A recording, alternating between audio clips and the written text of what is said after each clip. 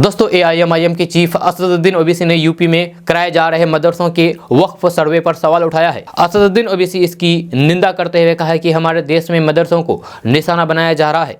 उन्होंने इसको लेकर के समाजवादी पार्टी के अध्यक्ष और विपक्ष की दूसरी पार्टियों को भी निशाना साधा है। इस दौरान जनसंख्या नियंत्रण पर आरएसएस चीफ मोहन भागवत के बयान पर भी प्रतिक्रिया दी है। असदुद्दीन ओवैसी ने कहा है कि जिन लोगों ने यूपी में चुनाव लड़ने के लिए मेरी आलोचना की वे अब कहाँ है। जब मदरसा और वक्फ पर सर्वे कराया जा रहा है तब तो अखिलेश यादव कुछ नहीं बोल रहे हैं। इस दौरान असदुद्दीन ओवैसी ने कहा है कि हिंदू राष्ट्र भारतीय राष्ट्रवाद के खिलाफ है, ये देश के खिलाफ है।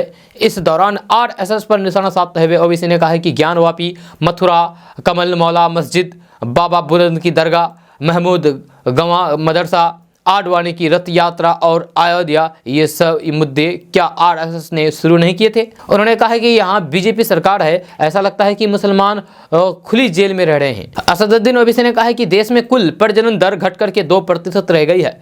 राष्ट्रीय परिवार स्वास्थ्य सर्वे के 5वें रिकॉर्ड के अनुसार मुसलमानों की कुल प्रजनन दर में सबसे अधिक गिरावट आई है।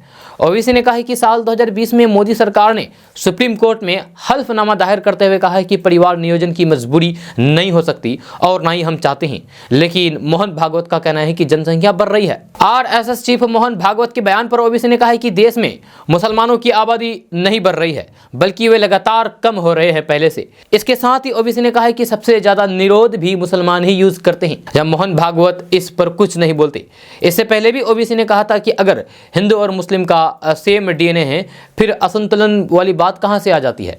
अभी जनसंख्या नियंत्रण की कोई जरूरत नहीं है। ओवैसी ने इस बात पर भी जोर दिया है कि मोहन भागवत हर साल दशहरे के मौके पर हेट स्पीच देते हैं, लोगों को बढ़ती जनसंख्या का डर दिखाते हैं और चले जाते हैं अपने सिंहासन पर। आपको बता दें कि दशहरा के मौके पर आरएसएस प्रमुख मोहन भागवत ने जनसंख्या नियंत्रण पर कहा था कि जाति धर्म से ऊपर उठ करके सभी को जनसंख्या नियंत्रण के बारे में सोचना पड़ेगा। मोहन भागवत ने कहा था कि भारत को गंभीर मंथन करके एक व्यापक जनसंख्या पॉलिसी लाने की जरूरत है। जनसंख्या में प्रमाण का भी संतुलन चाहिए। जनसंख्या असंतुलन का गंभीर परिणाम हमने भुगता है। ये 50 साल पहले हुआ था, लेकिन आज के समय में ऐसा हो रहा है। यह कहना है आरएसएस प्रमुख मोहन भागवत का। इस दौरान मोहन भागवत ने कई देशों के अलग होने का भी उदाहरण दिया है। उन्होंने कहा है कि पूर्वी तिमोर नाम का एक नया देश बना है, दक्षिण सूडान नाम का एक देश बना है, कोसोवो बना है। जनसंख्या में अंतर आने से नए देश बन गए हैं, देश टूट गए हैं। जन्म दर इसका देश भाग है, लेकिन जोर जबरदस्ती, छल कपट और लालच से मंतांतरण इसका बड़ा फैक्टर है। जहां सीमा पार से घुसपैठ होती है वहां घुसपैठ से भी जनसंख्या पैटर्न में बदलाव आता है।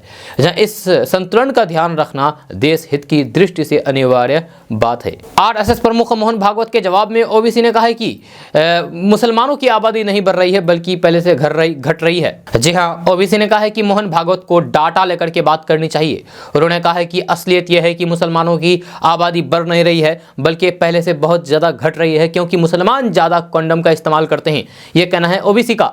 जहां असदुद्दीन ओवैसी ने कहा है कि वे बोलते हैं कि आबादी को कंट्रोल में करना है, मुसलमानों की आबादी नहीं बढ़ रही है। तुम बेकार में टेंशन में डालो कि आबादी बढ़ रही है। बिल्कुल भी आबादी नहीं बढ़ रही है, आबादी बल्कि गिर रही है। मुसलमानों का टीआरएफ गिर रहा है, टेंशन मत लो। सबसे ज़्यादा टीआरएफ आपका ही गिरा, या किसी और का नहीं गिरा। 2 बच्चे पैदा करने के बीच सबसे ज़्यादा अंतर मुसलमान रख रहे हैं। सबसे ज़्यादा कंडोम का इस्तेमाल मुसलमान ही कर रहे हैं, या हम कर रहे हैं। मोहन भागवत इस पर नहीं बोलेंगे, मैं फैक्ट बता रहा हूँ। मोहन भागवत साहब, आप डाटा रख कर के बात करिए ना, डाटा रख कर के बात नहीं करेंगे आप। ऐसे ही मुंह में जो आता है बोल देते हैं, ऐसी बात नहीं है। आप डाटा रख कर के सामने में बात करिए कि क्या सही है क्या गलत है। सही ये है कि मुसलमानों की प्रजनन दर पहले से बहुत ज़्यादा घटी है और सबसे ज़्यादा कंडम का इस्तेमाल मुसलमान ही करते हैं। ये कहना है असदुद्दीन ओवैसी का। दोस्तों ये जानकारी बस यहाँ तक। अगर आप हमारे पेज पर नए आए हैं तो हमारे फेसबुक पेज को फॉलो कर लीजिएगा, अभी फॉलो कर लीजिए इसी तरीके से वीडियो पाने के लिए।